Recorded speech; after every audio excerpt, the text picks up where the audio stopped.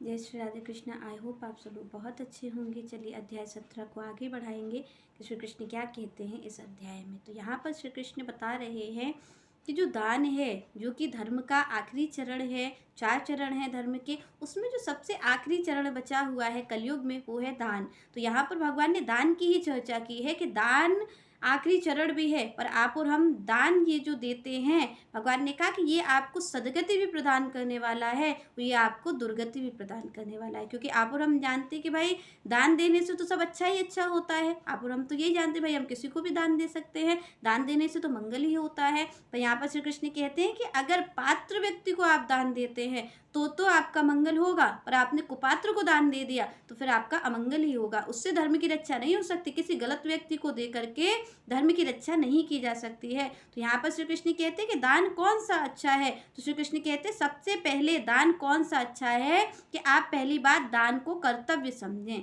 आप उसे प्रत्युपकार न समझें। ऐसा न समझें कि मैं दान दे रहा हूँ तो कई लोग तो यही कहते हैं कि भाई मेरे बाल बच्चे ठीक रहेंगे, मेरी धन संपत्ति बढ़ेगी, इसलिए दान देना चाहिए। कई लोग ये कहते हैं कि भाई मुझे स्वर्ग की प्राप्ति हो जाएगी, तो स्वर्ग की प्राप्ति के उद्देश्य से हम दान दे रहे हैं, कभी अपने मंगल करने के लिए हम दान दे रहे हैं। तो यहाँ पर भगवान ने सबसे पहले इस बात को कहा कि दान देते वक्त लोभ की भावना नहीं हो। स्वर्ग का भी अगर आपको सुख की भावना है कि मैं स्वर्ग प्राप्ति के लिए दान को दे रहा हूँ, तो भी भगवान कहते हैं कि वो रजोगुणी दान होगा, सतोगुणी दान नहीं हो सकता। सतोगुणी दान तो तभी होगा जब आप ये भावना छोड़ दें कि मुझे मिलेगा क्या। तो यहाँ पर भगवान ने सबसे पहली बात कही कि कर्तव्य समझ के देना है, कुछ पाने की भावना नहीं होनी चाहिए। और दूसरी बात भगवान ने कही कि आपको क्या करना है, समय का ध्यान रख के देना है, स्थान का ध्यान रख के देना है और पात्र व्यक्ति का ध्यान रख के देना है। तो यहाँ पर भगवान ने कहा समय, जिसको जरूरत है, वास्तविकता जरूरत है उसको उस धन की, तो आप बिल्कुल दीजिए। किसी की मदद है, किसी की लड़की की शादी हो रही है, किसी को कोई ऐसा संकट आ गया है दुख का, जैसे कि कोई भी एक्सपायर हो जाता है, उसके पास धन नहीं है, तो आप उसकी मदद करिए उस कार्य को करने में। किसी की लड़की की शादी है, उसके पास धन नहीं है, तो आप उसे दीजिए धन।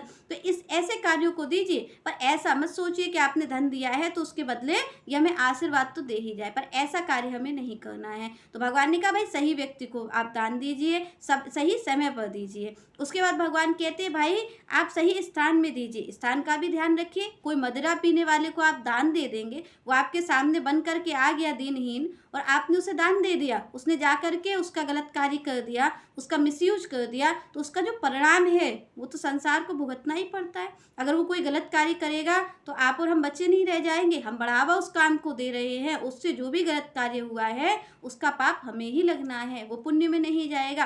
तो यहाँ पर श्री कृष्ण कहते हैं भाई इसका ध्यान रखना है, पात्रों को, पात्र व्यक्ति का ध्यान रखना है, स्थान का भी ध्यान रखना है। कोई मंदिर है, मंदिर में आप दान कीजिए, क्योंकि वहाँ पर भगवान का धर्म का प्रचार होगा। कोई भागवत कथा है, कोई सत्संग है, कोई अच्छा अनुष्ठान कोई करवा रहा है, या फिर कोई अच्छा कार्य कर रहा, अनाथालय है और आपके कोई अंधे स्कूल है, ऐसे हैं जो बच्चों की सहायता कर रहे हैं, ऐसी कोई जगह है, एजुकेशन के लिए है डोनेशन देना। तो जो भी अच्छे कार्य हैं जिससे आपको लगता है कि किसी का अच्छा हो सकता है, किसी का मंगल हो सकता है, तो भगवान कहते हैं ऐसा दान दिया जाएगा, ऐसी जगह दान दिया जाएगा तो आपका मंगल करेगा। और मंगल के मूल में भगवान ने सबसे पहले कहा कि कोई इच्छा नहीं होनी चाहिए। मंगल तो आपका तभी होगा जब आपकी कोई लोभ की इच्छा नहीं है, कोई कुछ प्राप्त करने की इच्छा नहीं है।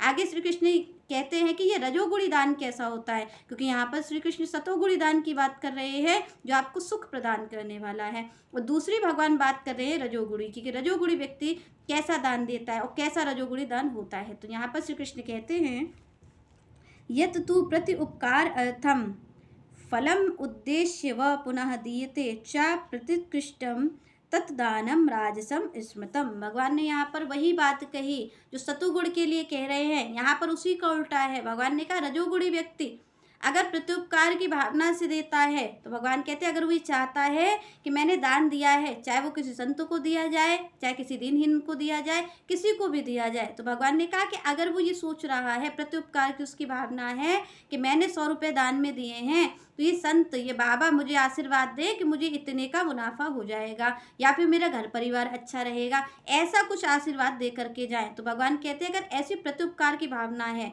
आपके अंदर, आप दान दे रहे हैं किसी को, तो आप चाह रहे हैं कि इतना अच्छा तो मेरा हो ही जाए, तो भगवान कहते हैं ये राजसी है और ये आपके दुख का ही कारण बनेगा। इससे ना तो धर्म की रक्षा होगी और ना किसी की, क्योंकि आपने लोभ की इच्छा कर दी है और लोभ की इच्छा आपको दुर्गति करवाएगी, क्योंकि आपका लोभ का कारण है। तो यहाँ पर भगवान ने कहा पहली बात तो ये प्रत्युपकार की भावना। दूसरी बात भगवान कहते हैं कि आप धन दे रहे हैं पर आप पहली बात तो कुछ लेने के उद्देश्य से दे रहे हैं, और दूसरी बात भगवान कहते हैं कि अगर आप किसी के दबाव में दे रहे हैं, जैसे आप देखिए बड़े बड़े आचार्य होते हैं, वो आपको आदेश करते हैं कि आपको इतना दान देना ही पड़ेगा, पर आपकी इच्छा है नहीं देने की, आप नहीं चाहते देना, पर वो कह रहे हैं कि हमें लेना ही है। तो भगवान कहते हैं ऐसा जो दबावपूर्ण, जो क्लिष्टपूर्ण दान दिया जाता है, भगवान कहते हैं ये भी दुर्गति करवाने वाला है, क्योंकि आपने अपनी इच्छा से दिया नहीं, आपने किसी के दबाव में आकर के ये दान दिया है। तो भगवान कहते हैं ये भी दुर्गति करवाने वाला है, ये भी आपके दुख का कारण बनेगा, क्योंकि आपने अपनी मर्जी से दिया नहीं, आपने किसी के दबाव में ऐसा दान दिया है।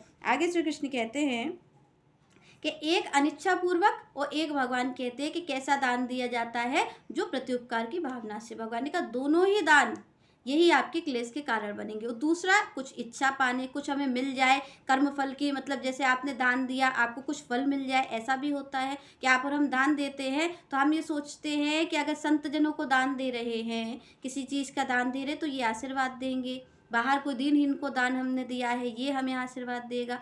तो यहाँ पर भगवान ने इसलिए कह दिया कि आप इच्छा ना करें। यहाँ पर भगवान बस इसी की बात कर रहे हैं। भगवान ने दान देने से मना नहीं किया है, दान तो देना है, पर भगवान कहते हैं कि भाई कोई ऐसा आपका ना हो कि आपको फल की इच्छा हो। तो यहाँ पर भगवान ने कहा ना तो प्रत्युपकार की भावना से देना है कि मैं किसी पे एहसान कर रहा हूँ, मैंने दान दे दिया। जैसे कई लोग होते हैं कि किसी को दे भी देते हैं ज़रूरत पड़ने पर पैसे, वो नहीं लेते हैं, पर उसके साथ साथ वो एक एहसान जता देते हैं कि मैंने इस दान को दिया था। तो ये भी नहीं करना है। भगवान कहते हैं ये गलत काम है, ऐसा नहीं करना है, क्योंकि यहाँ पर हमें ये ध्यान रखना है कि देनहार कोई और है जो भेजत दिन रैन। तो यहाँ पर हमें इस चीज़ को ध्यान रखना है कि भाई देने वाले हम नहीं हैं, भगवान ने हमें माध्यम बनाया है देने का। तो हमारा क्या अधिकार है कि हम उसमें कुछ लेने की बात करें, क्योंकि यहाँ पर देने वाले कौन है, देने वाले तो स्वयं भगवान है। तो हमें इस चीज़ को ध्यान रखना है कि देनहार कोई और है जो भेजत दिन रैन, लोग भरम हम पर करे तासो नीचे नैन। तो यहाँ पर हमें इस चीज़ को अपनाना है कि हमें ये ध्यान रखना है कि ये धन किसका दिया हुआ है, ये धन भगवान का दिया हुआ है। वो हमें निमित्त बना रहे हैं उस कार्य को करने के लिए, क्योंकि भगवान स्वयं सब कार्यों को करते हैं, वो कर्तुम अकर्तुम है, वो सारे कार्यों को कर सकते हैं। उसके बाद भी आप और हमें एक माध्यम बनाते हैं अच्छे कार्यों को करने का। तो हमें ये ध्यान रखना है कि हम स्वामी नहीं हैं, हम केवल उनके सेवक हैं, हम निमित्त हैं उस कार्य को करने के। और इसी भाव से जब आप दान देंगे कि हम केवल निमित्त हैं, हमारा इस दान पे कोई अधिकार नहीं है, हम केवल देने वाले हैं, और जब आप विनम्रता पूर्वक दान देंगे तो भगवान कहते वही दान सात्विक हो जाएगा। तो जब आप एक अहम में भरकर, एक अहंकार में भर कर के मैंने दिया है, या फिर आप ये कहेंगे कि मुझे इसके बदले कुछ मिल जाए, कुछ आशीर्वाद मिल जाए, तो भगवान कहते वही दान राजसी हो जाएगा। केवल आपके भाव का अंतर है, आप भाव जो रखेंगे दान का फल वही आएगा। अगर आप सात्विक होकर के दान देते हैं तो दान का फल सुखद आएगा, व अगर आप राजसी होकर के दान देते हैं तो दान का फल आपके लिए भी क्लेश कारण आएगा, क्लेश ही आपके जीवन में बढ़ाएगा। चलिए नेक्स्ट चर्चा हम नेक्स्ट वीडियो में करेंगे। तब तक के लिए जय श्री राधे, जय श्री कृष्ण।